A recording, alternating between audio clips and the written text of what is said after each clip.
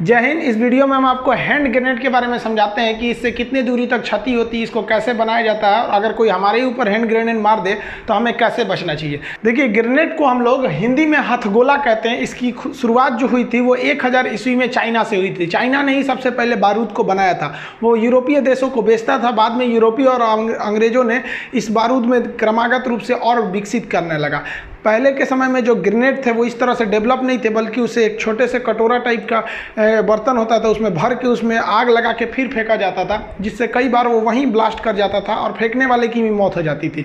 इसलिए जो हथगोला फेंकता था ग्रेनेड, उसकी एक अलग टीम होती थी जिसे ग्रेनेडियर कहा जाता था। तो अंग्रेजों ने ग्रेनेडियर रेजिमेंट को ही बनाया था, जो बाद में अभी भारतीय थल सेना का एक अभिन्न अंग है, बहुत ही बहादुर अंग है। तो ये ग्रेनेडियर रेजिमेंट थे। तो पहले ये लोग हथगोला फेंकते थे। जो ग्रेनेड का यूज होता है वो बेसिकली दो टाइप का होता है। एक होता है time delay fragmentation anti personal, यानी ये इसका मेन काम होता है ये कि टाइमिंग के हिसाब से फटता है। ये 6 सेकंड में फट जाता है।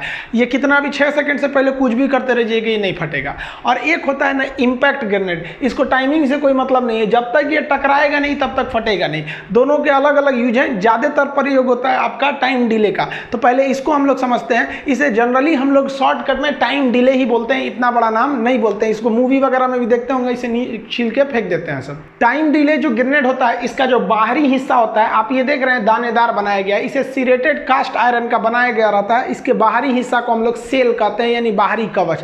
ये कास्ट आयरन का इसलिए बनाया जाता है कि जब ये ब्लास्ट करता है तो ये छोटे छोटे टुकड़ों में बढ़ जाता है, जो जिसकी रफ्तार गोली की तरह होती है, और किसी के भी आंख नाक कान जहां भी घुस जाता है मांस फाड़ के निकल जाता है। इसलिए जहां ब्लास्ट करता है उतना एरिया तो क्षतिग्रस्त करता ही है। उसके बाद जो इसका सिरेटेड कास्ट आयरन का जो बाहर का सेल बना हुआ है वो और जबरदस्त हमला कर देता है। ये किसी भी ग्रेनेड का जो अंदर का लगभग 85% एरिया होलो यानी खोखला होता है, उसके 15% एरिया में उसका फायरिंग मैकेनिज्म होता है। इसको हम लोग अंदर से समझते हैं। आप बाहर वाला हिस्सा समझ गए। ग्रेनेड के अंदर का सिस्टम एकदम सिंपल होता है। अंदर एक स्प्रिंग होती है जिसे खींच कर ऊपर रखा जाता है। अगर वो स्प्रिंग नीचे गिर गई तो वो चिंगारी पैदा करेगी और अंदर ब्लास्ट हो जाएगा। अब इस स्प्रिंग को खींच के रखा जाता है और क्या किया जाता है ना कि इसके बाहर एक सेफ्टी पिन लगा दिया जाता है। देखिए ध्यान से, इसके अंदर जो स्प्रिंग को खींचा गया है, इस स्प्रिंग को बांध दिया जाता है ऊपर ले आकर। ये वाला जो बाहर से एक हैंडल टाइप का देख रहे हैं, इसे हम लोग कहते हैं स्ट्राइकर लीवर। इस स्ट्राइकर लीवर से अंदर वो स्प्रिंग जुड़ा होता है, यानी अगर आप इस स्ट्राइकर लीवर को खींच देंगे तो स्प्रिंग फटाक से नीचे गिर जाएगा। अब ये गलती से भी तो खींच सकते हैं, इसलिए इसे लॉक करने के लिए एक सेफ्टी पिन लगा दिया जाता है। ये जो सेफ्टी पिन होता है, जब तक ये अंदर रहेगा आप इसको खोल नहीं सकते हैं। जहां आप इस सेफ्टी पिन को खींचे, ये स्प्रिंग की वजह से है तो ये अपने से फेंका जाएगा, यानी आपका ये पिन लगा रहना चाहिए यहाँ पर। अब अगर पिन निकल गया तो फिर सेफ्टी खत्म है। ये निकलेगा तो स्प्रिंग टोटल नीचे की ओर गिर जाएगा। तो ये रिंग को हम लोग बोलते हैं सेफ्टी रिंग, और ये वाला जो लटक रहा है बाहर की ओर हिस्सा, इसको हम लोग कहते हैं स्ट्राइकर लीवर। देखिए, जो स्ट्राइकर लीवर होता है ये पकड़े रहता है स्ट्राइकर को। देखिए ये यहाँ पर जो यहाँ पे हल्का सा दिख रहा है ये स्ट्राइकर लीवर, ये तो सेफ्टी पिन हो गया यहाँ पर। ये स्ट्राइकर लीवर यहाँ पकड़े हुए है एक स्ट्राइकर को। ये स्ट्राइकर जो होता है ये क्या करता है, स्ट्राइकर को ऊपर खींच के रख दिया जाता है। ऊपर खींचने से क्या होता है कि यहाँ पे हम लोग स्प्रिंग लगा देते हैं। स्प्रिंग लगा देने से जितना आप इसको ऊपर खींचिएगा, इसके अंदर एक पोटेंशियल एनर्जी स्टोर हो जाएगी, और ये क्या करेगा, स्प्रिंग चाहेगा कैसे भी हम नीचे चले आए। अब इसको खींच के क्या किया जाता है, ऊपर फंसा दिया जाता है इसी स्ट्राइकर लीवर में। अब यहाँ पे देखिए आप स्ट्राइकर लीवर में फंसा हुआ है। जैसे हम सेफ्टी पिन को खींचेंगे स्ट्राइकर लीवर फेंका जाएगा स्प्रिंग के दबाव से, और ये जैसे हटेगा, यही स्ट्राइकर लीवर था जो इस स्ट्राइकर को खींच के ऊपर रखा हुआ था। अगर वो चला गया तो ये सीधे स्प्रिंग इस स्ट्राइकर को क्या करेगी, नीचे फेंक देगी। तो स्ट्राइकर दो चीज़ों से जुड़ा होता है। स्ट्राइकर में लगी रहती है स्ट्राइकर स्प्रिंग जो उसे ऊपर खींची रहती है, और उसको फंसा दिया जाता है बाहर में स्ट्राइकर लीवर से। स्ट्राइकर लीवर ना निकल जाए इसलिए उसमें लिए एक दे दिया जाता है सेफ्टी पिन। आप यहाँ देखेंगे तो ये जो ये स्प्रिंग दिख रहा है, ये स्ट्राइकर के अंदर लगा हुआ है स्ट्राइकर स्प्रिंग है, और नीचे का ये वाला पोर्शन स्ट्राइकर है। इसको खींच के रखा गया है, और ये बीच का जो खाली जगह होता है, अगर इसको जैसे ये निकले यहाँ से स्ट्राइकर लीवर हटाएंगे, स्ट्राइकर तुरंत नीचे गिरेगा। स्ट्राइकर मतलब समझते हैं, कैरम में भी तो स्ट्राइकर होता था जो दूसरे को मारता था। या इसको मारेगा, यहाँ आके चिंगारी लगेगी और ये ब्लास्ट करेगा। आगे भी समझते हैं इसको। देखिए, सेफ्टी पिन को आप दांत से भी निकाल सकते हैं, अंगूठा से भी निकाल सकते हैं, ऐसे भी निकाल के फेंका जाता है। अब इसमें एक चीज़ है कि अगर आप सेफ्टी पिन को निकाल दिए हैं लेकिन स्ट्राइकर लीवर को पकड़े हुए हैं तो ये ब्लास्ट नहीं करेगा। क्यों नहीं ब्लास्ट करेगा कि देखिए, सेफ्टी पिन का काम था स्ट्राइकर लीवर को रोक के रखना। आप सेफ्टी पिन निकाल के अपने हाथ से रोक के रखें तो आप इसको 10 साल भी पकड़े रहेंगे तो ये ब्लास्ट नहीं करेगा। ब्लास्ट कराने के लिए सबसे ज़रूरी है स्ट्राइकर लीवर को यहाँ से हटा देना, तो इस तरह से ये पिन ब्लास्ट नहीं होगा। अब देखेंगे ऐसे खींच के और थोड़ा सा स्टाइल में ऐसे फेंकते हैं सर, अब सीधे ऐसे नहीं चला के मारते हैं सर, और ऐसे चला के मार देंगे तो बेवकूफ़ी है। देखिए स्ट्राइकर लीवर जैसे नीचे आता है, नीचे आने के कारण स्ट्राइकर लीवर का निचला भाग काफ़ी नोकीला धारदार बनाया जाता है ताकि नीचे आने से चिंगारी उत्पन्न हो, और यहाँ पर एक हम लोग चिंगारी उत्पन्न करने वाले पदार्थ को लगा देते हैं जिसे हम लोग कहते हैं परक्यूशन कैप। ये कैप जो होता है ये चिंगारी उत्पन्न करता है। जैसे यहाँ से स्ट्राइकर फेंकाएगा, ये स्प्रिंग का तो दबाव है, ये नीचे से गुरुत्वाकर्षण फटाक से इस पे मारेगा, सेकेंडों नहीं लगेगा, तुरंत आके मार देगा, यहाँ चिंगारी उत्पन्न हो जाता है। जैसे आप ये लाइटर में देखे होंगे गैस चलाने वाले में, आप पीछे से ऐसे ढकेलते हैं तो जाके आगे वो पत्थर पर टकराता है, हल्का सा चिंगारी निकलती है, गैस का चूल्हा जल जाता है। सेम वही मैकेनिज्म यहाँ है, लेकिन यहाँ समस्या क्या है कि अगर यहीं ब्लास्ट हो जाएगा ना ये परक्यूशन कैप पर ही, तो भागने का मौका ही नहीं मिलेगा। जैसे हटाएंगे और जैसे आपका स्ट्राइकर लीवर गया हो तो 1 सेकंड भी नहीं लगेगा, स्प्रिंग के दबाव पे फटाक से मार देगा। तो इसको रोकना है कि भाई साहब जो मार रहा है बम ना, उसको भी भागने का कम से कम मौका मिले। तो डिले करने के लिए यहाँ पर एक ठो डिले, देखिए केमिकल डिले लगा देते हैं। ये एक ऐसा फ्यूल होता है ना, धागे के समान होता है फ्यूल, जिसको जलने में काफ़ी समय लगता है। इसकी 2 खासियत होती है। ये जो ब्लू कलर का आप केमिकल डिले देख रहे हैं, इस पर ऐसा केमिकल लगा रहता है जो आग तो पकड़ लेता है, थोड़ा भी गर्मी पाएगा ना तुरंत आग पकड़ लेगा। अब यहाँ से ये टकराएगा इस पर परक्यूशन कैप पर तो चिंगारी उत्पन्न होगी, थोड़ा सा भी गर्मी में ये पकड़ लेता है तो आग बहुत जल्दी पकड़ता है, लेकिन धीरे धीरे जलता है। यानी थोड़ा भी गर्मी पाएगा आग लग जाएगा, लेकिन धीरे धीरे जलेगा। तो इसको जलने में 4 सेकंड का समय लग जाता है। तो यही जो होता है केमिकल डिले जो होता है, ये भागने का मौका देता है। इसीलिए जो मतलब बम फेंकने वाला होता है वो फेंकता है और सोचता है कि हम इधरे 4 सेकंड समय बिता दें, उधर की ओर ना जाए, इसलिए वो आराम से फेंकता है। इसको आगे समझाएंगे हम। तो ये केमिकल डिले हो गया। अब इसके बाद ये रेड कलर वाला देख रहे हैं, ये है आपका डेटोनेटर। डेटोनेटर उस डिवाइस को कहते हैं जो एक बड़े से बम में छोटा सा विस्फोट उत्पन्न करता है ताकि वो बड़का बम भड़क जाए। जैसे दिवाली के पटाखा में आप पलीता में आग लगाए होंगे, आप बम में आग नहीं लगाते हैं, आप उसके पलीता में लगाते हैं, छील के लगाते हैं, उसी पलीतवा को कहा जाता है डेटोनेटर। टेक्निकल भाषा में डेटोनेटर होते हैं। तो वो ये डेटोनेटर है। ये क्या करेगा, थोड़ा सा आग लगेगा इसमें, ये थोड़ा सा ब्लास्ट करेगा तो इसके चारों ओर जो 85% खाली एरिया था उसके अंदर भरा था अमोनियम नाइट्रेट, वो पूरी तरह से ब्लास्ट कर जाएगा। तो 4 सेकंड ले लिया ये वाला प्रोसेस। तो यहाँ से यहाँ आने में 1 सेकंड लग गया, केमिकल डिले को जलने में 4 सेकंड लग गया, डेटोनेटर को जलने में 1 सेकंड लग गया, टोटल 6 सेकंड लग गए। डेटोनेटर ब्लास्ट करेगा तो इसके चारों ओर भरा हुआ है अमोनियम नाइट्रेट का वो बारूद भरा हुआ है, वो बारूद ब्लास्ट करेगा, ये पूरी तरह से ब्लास्ट कर जाएगा। ये बारूद को भरने के लिए यहाँ पर एक फिलिंग होल दिया रहता है।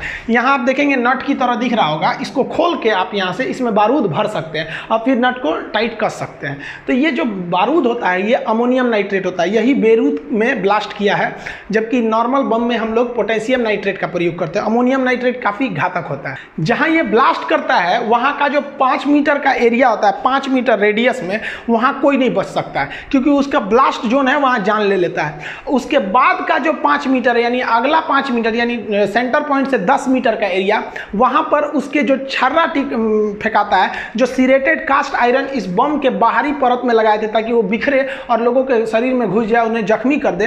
तो 10 मीटर के एरिया में आप जख्मी हो सकते हैं। यानी ब्लास्ट करेगा ना, अगर पास में किया तो मरेंगे, दूर है तो बुरी तरह से जख्मी करेगा, आंखों फोड़ देता है। ये जब ब्लास्ट करता है ना तो जमीन से 1 फीट ऊंचाई पर ही इसका ज्यादा असर देखा जाता है। इसका मतलब अगर आप कहीं रेलवे स्टेशन, एयरपोर्ट या कहीं पे हैं और वहां आतंकवादी हमला हो गया और आपको लग गया कि ग्रेनेड ब्लास्ट फेंका है कहीं पे यहाँ पर, तो खड़ा होकर मत खोजिएगा कहाँ मारा है, दहिए उड़ जाएगा, तुरंत वहां लेट जाना चाहिए। इसलिए फौजी जब बॉर्डर पे ग्रेनेड फेंकते हैं तो गड्ढा किए रहते हैं, खुद के लिए गड्ढा किए रहते हैं ताकि गड्ढे के अंदर वो ऊपर ब्लास्ट करता है 1 मीटर से ऊंचे, 1 फीट के ऊंचाई के बाद। उसके बाद इसकी खराबी क्या होती है, इसे 6 सेकंड का समय लगता है। जनरली कहीं कहीं 4 सेकंड भी बोलता है, लेकिन ओवरऑल इसमें 6 सेकंड का समय लग जाता है। ये इसकी सबसे बड़ी खराबी है।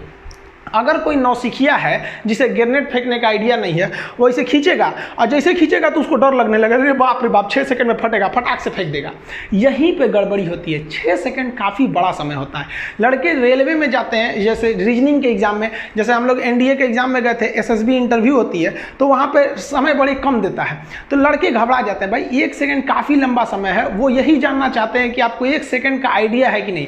1 सेकंड कितने को बोलते हैं? जितने देर में आप सामान्य रूप से 1001 बोल दीजिए, जैसे 1001, 1002, 1003, ये हुआ 3 सेकंड। लेकिन आप लोग से कहेगा 3 सेकंड, फटाक से बोल देंगे 3 सेकंड, तो आदमी के अंदर एक मनोवैज्ञानिक दबाव हो जाता है, इसलिए वो तुरंत फेंक देता है। जबकि इसके पास कितना समय था? 6 सेकंड। मान लीजिए तुरंत खींचा, अब फेंक दिया, तो 1 सेकंड इसके हाथ में रहा, अब फेंका तो 1 सेकंड उसको रास्ता में लग गया जाने में।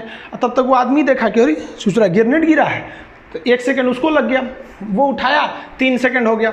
अब फिर वापस वो फेंका तो 1 सेकंड उसमें लग गया, 4 सेकंड, और उसके बाद 5वां से 6वां सेकंड जब भड़कने का था तो वापस आपके पास फेंक दिया वो आदमी। इसलिए कभी भी ग्रेनेड को फेंकना चाहिए तो उसको खींचकर और प्रॉपर जो उसके अंदर का केमिकल डिले है उसको भड़कने का इंतजार करना चाहिए। इसलिए आराम से खींच के और उसके बाद से गिनना चाहिए 1001, 1002, 1003, तब फेंकना चाहिए। अब इतना फुर्सत तो है नहीं, इसलिए वो उसको ना ऐसे लुका के फेंकते हैं लोग, ताकि टाइमिंग इस तरह से जाने में ज़्यादा लगे। ऐसे फेंक देगा टिप के, इसे ना तो सोचा पहले ही पहुंच जाएगा, उठा के फिर से वापस मार देगा। तो आपको ये सब चीज़ें पता होनी चाहिए। पता नहीं कब हिंदू, हमारा पड़ोसी जानबे करते हैं पाकिस्तान से, जो कब मारेगा पता नहीं हम लोग को।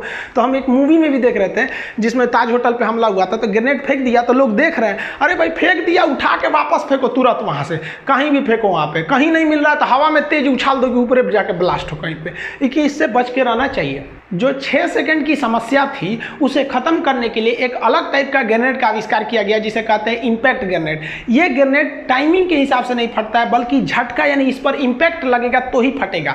जैसे आप इसका सेफ्टी पिन निकाल देंगे और इसका जो ये आपका स्ट्राइकर लीवर अगर अलग हो गया तो आप इसको लिए रहिए, दिन भर नहीं भड़केगा। और जैसे पटक दिए भड़क जाएगा। और इससे पहले वाला जो टाइम डिले ग्रेनेड था उसको पटकने से नहीं था, उसको 6 सेकंड में फटेगा वहाँ पे, तो ये पटकने से फटता है। तो इसकी एक समस्या क्या है कि इसको जोर से पटकना पड़ता है। अब जोर से पटकिएगा तो हाथ में कितना दम होता है, वो भी लड़ाई के मैदान में आपको कोई कंपटीशन कर रहे हैं कि हमको जोर से फेंकना है, कहीं इधर से गोली चलती है, दुनिया भर का कहीं कहीं से गोली चलने लगती है।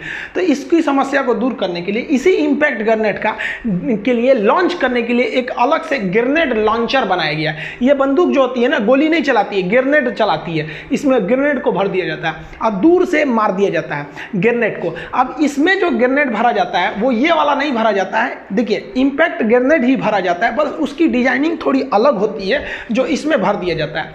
और इसको मारिएगा ना तो इसमें बंदूक जैसे फेंकिएगा तो इसमें क्या होता है, जैसे बंदूक उसको फेंकेगा तो उसमें स्पिन होने लगेगा, नचने लगेगा और खूब जोर से नचते हुए जाएगा। वह जैसे नचते हुए जाएगा उसके अंदर का डेटोनेटर स्टार्ट हो जाएगा, जैसे ब्लास्ट कहीं टकराया तो वहीं पे ब्लास्ट हो जाता है। तो ये हो जाता है आपका ग्रेनेड लॉन्चर हो जाता है ये। तो ये काफ़ी मदद करता है इनडायरेक्ट फायरिंग में। आप एनसीसी वगैरह किए होंगे तो वहाँ 2 तरह की फायरिंग दिखाता है, डायरेक्ट फायरिंग यानी इनडायरेक्ट फायरिंग। डायरेक्ट फायरिंग में सामने दुश्मन होता है, इनडायरेक्ट में वो किसी दीवार के पीछे है या किसी कमरे में घुस चुका है, तो उसमें क्या करिएगा, वहाँ पे घुस के मारिएगा, जाए आराम से ग्रेनेड निकालिए। टाइम डिले है तो कोई दिक्कत नहीं, नोच के इंतजार कीजिए, हाँ 2-3 सेकंड हो जाए, आधा सेकंड पर पास हो जाए तो इसे कमरे में फेंक दीजिए जा। यहाँ पे यही होता है ना इनडायरेक्टली फायरिंग में, या दीवार के उस पार है तो नोच के इसे फेंक दीजिए। तो ये इनडायरेक्टली फायरिंग में काफ़ी मदद करते हैं ग्रेनेड। ग्रेनेड का हम आपको टोटल मैकेनिज्म बता दिए, लेकिन ये नहीं बताएं कि इसके अंदर जो ब्लास्ट करने वाला अमोनियम नाइट्रेट है वो कैसे बनता है। अमोनियम नाइट्रेट बनाने की विधि क्लास 11th का लड़का भी अगर केमिस्ट्री पढ़ा है तो अमोनियम नाइट्रेट बना पाएगा, हम इसको पूरी तरह से नहीं बताएंगे। एक्चुअली होता है क्या कि आप लोग को लगता है कि हम आपको आतंकवादी बना रहे हैं। अरे भाई आप कुआं के मेढक हैं, आपको कुछ नहीं पता है। इजराइल एक ऐसा देश है ना जिसके हर एक नागरिकों को सैनिक की ट्रेनिंग दी जाती है, उसके हर एक नागरिक को बंदूक चलाना आता है, तोप चलाना आता है, ग्रेनेड चलाना आता है। यही नतीजा है कि इजराइल जैसा छोटा देश 6 दिन में पूरे अरब देशों वालों को हरा दिया था, क्योंकि वो अपने देश वालों को पूरा सच्चा सिपाही बनाना चाहता है। और हम लोग क्या चाहते हैं, आप लोग कहते हैं कि सर हमको ग्रेनेड सिखा रहे हैं, आतंकवादी बना रहे हैं। अरे भैया तो तुम वही पढ़ो, अली बे ते अब पठती पठत पठावा अब बा ब्लैक शिप। हमारे देश का हर एक बच्चा सिपाही होना चाहिए, क्योंकि हमारा देश जो है ना दोनों ओर से दुश्मनों से घिरा हुआ है, इधर चाइना, एक और पाकिस्तान, एक और चाइना।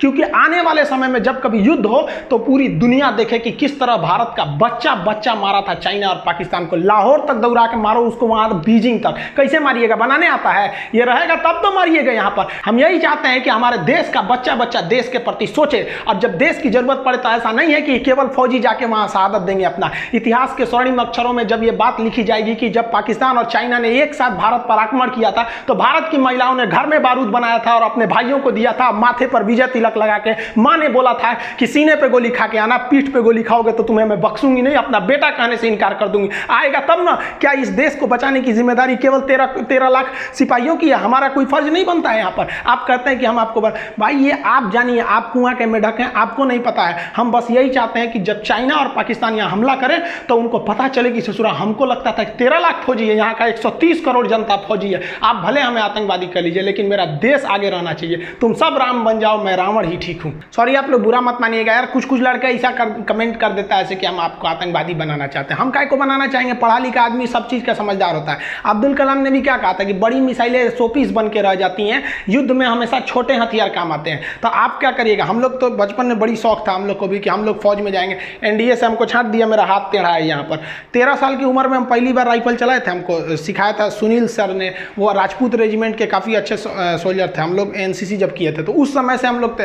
आज भी कम से कम देश को जरूरत पड़ेगा तो इतना तो है ना कि भाई हम लोग एज एक फौजी की तरह लड़ सकते हैं। उतना नहीं लड़ सकते हैं लेकिन हम लोग को ट्रेनिंग देने का जरूरत नहीं पड़ेगा। तो देश के प्रति आप लोग भी सोचिए। भारत की एक समस्या है कि इतने बड़े देश के लोगों को, इतने लोगों को वो सैनिक ट्रेनिंग नहीं दे सकता है। लेकिन अगर हमारे पास पैसा रहता ना, देश के पास इतना संपन्न रहता तो हर एक लोगों को ट्रेनिंग दे देता। फिर हम लोग देखते कि कैसे कहीं आतंकवादी हमला हो जाता, क्योंकि यहाँ का हर बच्चा वहाँ पे, तब कमांडो बुलाने की जरूरत नहीं पड़ती, यहाँ पे बच्चा बच्चा कमांडो होता। क्योंकि हमारा देश है चारों ओर से दुश्मनों से घिरता जा रहा है। इधर नेपाल दुश्मनी करना चाह रहा है, उधर बांग्लादेश, धीरे धीरे सब अपना अपना तेवर बदल रहे हैं सब। तो हम दूसरे को क्या समझाएंगे? बारिश होती है तो खुद का छाता लगाना चाहिए। यहाँ पर हर बच्चे को सीखना चाहिए अपने देश के लिए। केवल सिपाहियों की जिम्मेदारी नहीं है कि जो बॉर्डर पे जाके शहीद होंगे, हम लोग कब काम आएंगे। खैर, ये सब बातों को आप ज्यादा दिल पे नहीं लीजिएगा। एक्चुअली कभी कभी आदमी बोल देता है।